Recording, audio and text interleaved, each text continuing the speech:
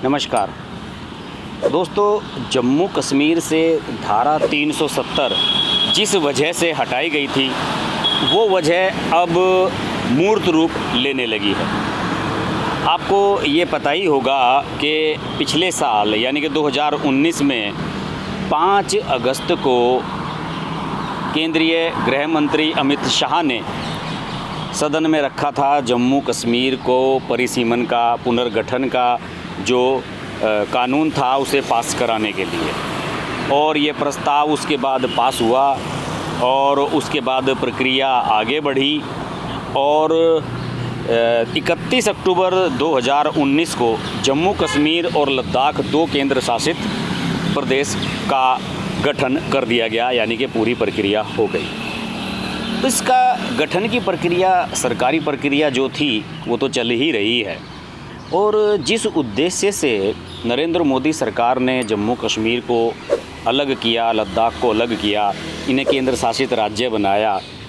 तो उसका असली जो मकसद था वो था कि वहाँ पर जो पॉलिटिकल इस्टेब्लिशमेंट है, पॉलिटिकल जो सेटअप है वहाँ का, उसे तोड़ा जाए और वहाँ पर इस तरीके की एक सेटअप को बनाया जाए जो दूसरे दलों के लिए भी मुफीद साबित हो। यानी कि सिर्फ ऐसा ही ना हो कि केवल नेशनल कॉन्फ्रेंस, पीडीपी और ले देकर कांग्रेस थोड़ी बहुत, ये 2-3 पार्टियां ही वहाँ हमेशा बनी रहें। जैसे कि आपको पता ही है कि जो हिंदू बाहुल इलाका है जम्मू, ख़ासतौर से जो जम्मू रीजन है, वहाँ पर बीजेपी अच्छी खासी सफलता हासिल करती रही है। पिछले विधानसभा चुनाव में 25 सीटें मिली थी और वहाँ से बीजेपी के सांसद भी जीतने में सफल रहते हैं। लेकिन जो बाकी घाटी वाला पोर्शन है कश्मीर का,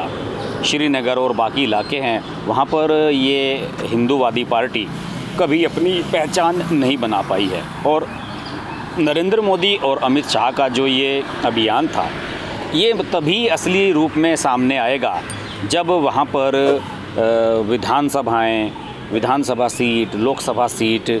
दोबारा से पुनर्गठित की जाएं, और इसकी प्रक्रिया शुरू कर दी गई है। लेकिन अड़चनें भी साथ ही साथ आनी शुरू हो गई हैं।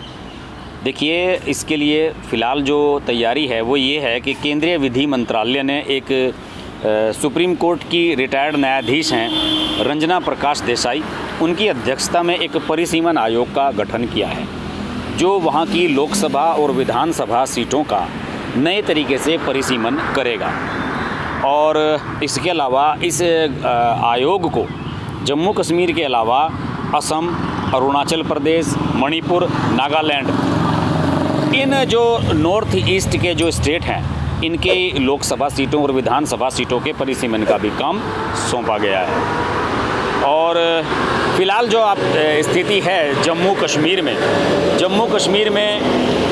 अब जो केंद्र शासित प्रदेश बता है उसमें 107 विधानसभा सीटें हैं और इनको 114 तक ले जाया जाना है, यानी कि टोटल 114 करने हैं। आपको बताऊं कि इसमें लद्दाख भी शामिल था, और इसके अलावा जो ये पूरा क्षेत्र है, इसकी जो 24 सीटें हैं जिन पर कभी चुनाव ही नहीं होता है, वो सीटें जो पाक ऑक्यूपाइड कश्मीर है, यानी पाकिस्तान गुलाम कश्मीर जिसे हम कहते हैं, उसके हिस्से में चली जाती हैं। तो इसका पुनर्गठन फिर से किया जाना है। और इसके लिए जो है, जो ओम बिरला हैं लोकसभा के अध्यक्ष हैं अपने, उन्होंने इन रीजन्स के, यानी कि जम्मू कश्मीर, लद्दाख और जो नॉर्थ ईस्ट के स्टेट हैं,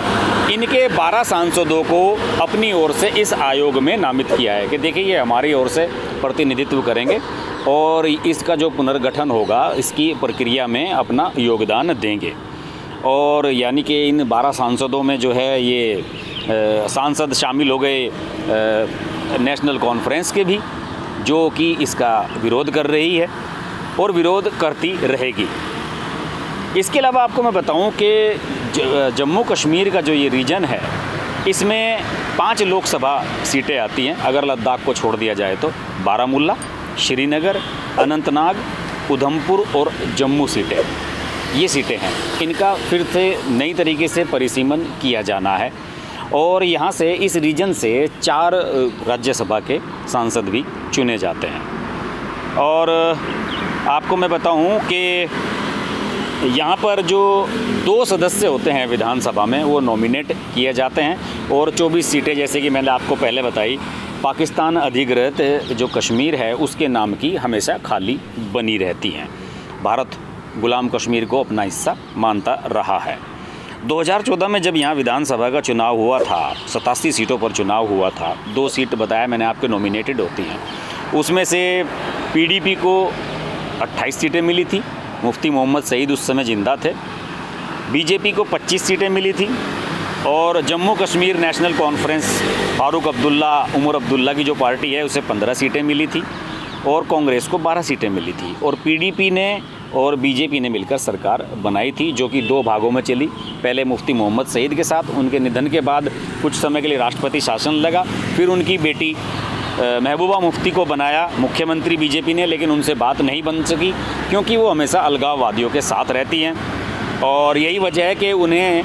5 अगस्त को जब ये 370 वहाँ से हटाई गई तब से नज़रबंद किया गया है और आज तक रिहा नहीं किया गया है। और नेशनल कॉन्फ्रेंस के जो नेता थे फारूक अब्दुल्ला और उमर अब्दुल्ला, इनको तो अभी कुछ समय पहले ही छोड़ा गया है, लेकिन इन्होंने अपने तेवर दिखाने शुरू कर दिए हैं। तेवर इसलिए दिखाने शुरू कर दिए हैं कि जो इनका पॉलिटिकल यहाँ पर सिनेरियो है, इनका जो पॉलिटिकल सेटअप है, जिस तरह की ये राजनीति हमेशा से करते रहे हैं पीढ़ी दर पीढ़ी और लगभग 3 जनरेशन इनकी पॉलिटिक्स में रही हैं, उनकी जो सारी सत्ता थी, जो उनकी सारी राजनीति थी, वो इसी के तहत थी कि जम्मू कश्मीर में उनका शासन था। पहले शेख अब्दुल्ला हुए, फिर फारूक अब्दुल्ला रहे, उमर अब्दुल्ला आ गए उनके बेटे। इस पार्टी को सबसे ज़्यादा परेशानी हुई है इस नए अधिनियम के आने के बाद और इसका पुनर्गठन होने के बाद। और फारूक अब्दुल्ला ने साफ इनकार कर दिया है कि वो और उनके जो 3 सांसद हैं वो इसका हिस्सा नहीं होंगे। उन्होंने साफ मना कर दिया कि हम इसका हिस्सा नहीं होंगे और उनका ये कहना है कि अगर हम इसका हिस्सा बन गए इस आयोग का, तो अप्रत्यक्ष रूप से हम इसका जो सेटअप है, जो नया पुनर्गठन किया है सरकार ने, हम उसको मंजूरी दे देंगे। इसलिए फारूक अब्दुल्ला और उनके 2 सांसद अकबर लोन व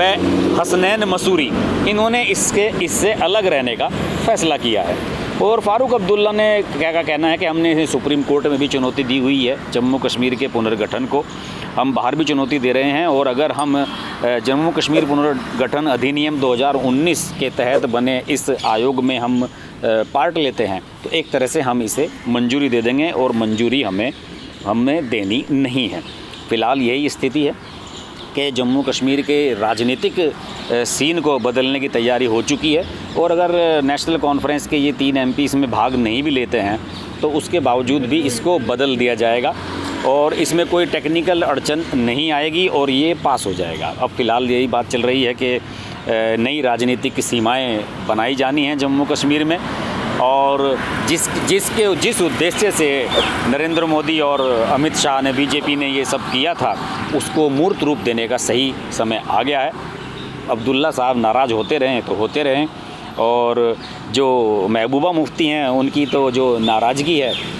उस नाराज़गी की वजह से ही उन्हें बाहर नहीं छोड़ा गया है, क्योंकि वो अपनी बेटी के माध्यम से, जो इल्तिजा भुट्टो है उसके